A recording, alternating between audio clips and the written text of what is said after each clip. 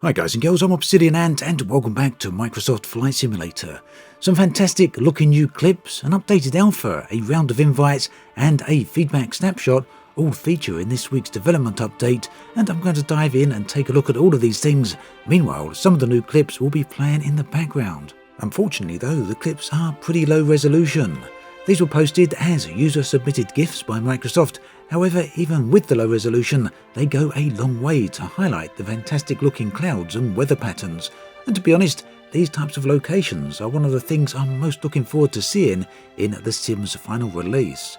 Anyway, as these continue to play, let's take a look at some of the new info, starting with the latest additions to the new incoming alpha, which is set to release to alpha participants very soon. So the biggest new addition here, and really the only single one that is specifically mentioned, is the inclusion of a new plane, the Airbus A320. No doubt a lot of people are going to be very keen to try this one out. Meanwhile, talking of the current alpha, a new wave of invitations have just started going out. Asobo Studios have again reiterated that they are keen to invite people as quickly as possible and want to prioritise these invites by getting the people in first who registered early. Let me know in the comments section if you've recently received one of these new invites. It'll certainly be interesting to know. Moving on to the latest feedback snapshot, which contains the top questions, issues and wishlist requests from alpha participants, we can see that a number of things have changed from the previous snapshot.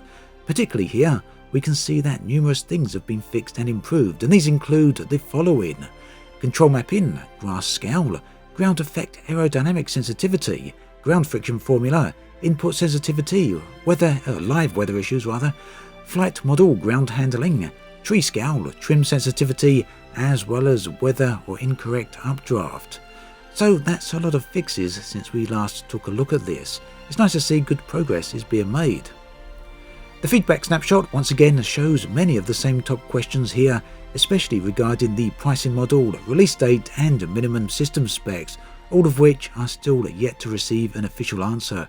And I know a lot of you, me included, are keen to know the answer to these.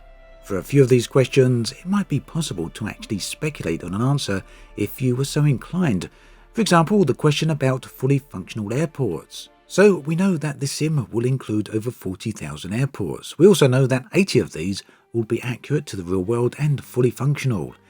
It seems more than possible, however, that additional fully functional airports might come from third parties as paid content. Speculation, of course, but it seems very likely to me at least.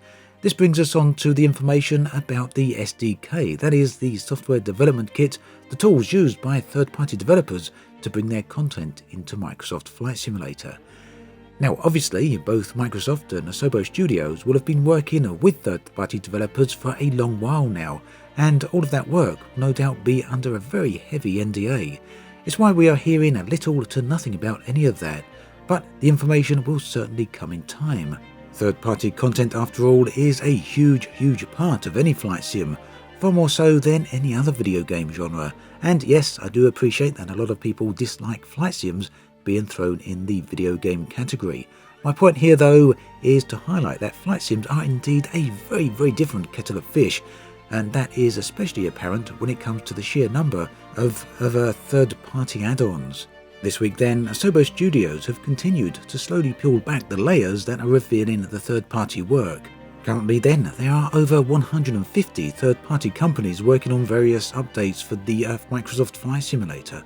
And whilst there's no hard information on what these actually are, it seems very likely these will include planes, airports, accessory and peripheral interfaces, and much more.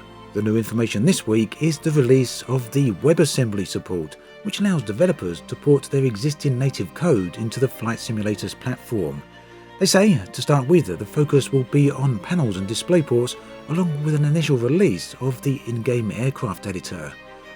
So that then pretty much covers all the latest information, and we are of course still eagerly awaiting the latest Discovery Series update, which will be focusing on IFR. Hopefully that's going to be later this month. As always, thanks for watching, and I'll catch you guys and girls next time.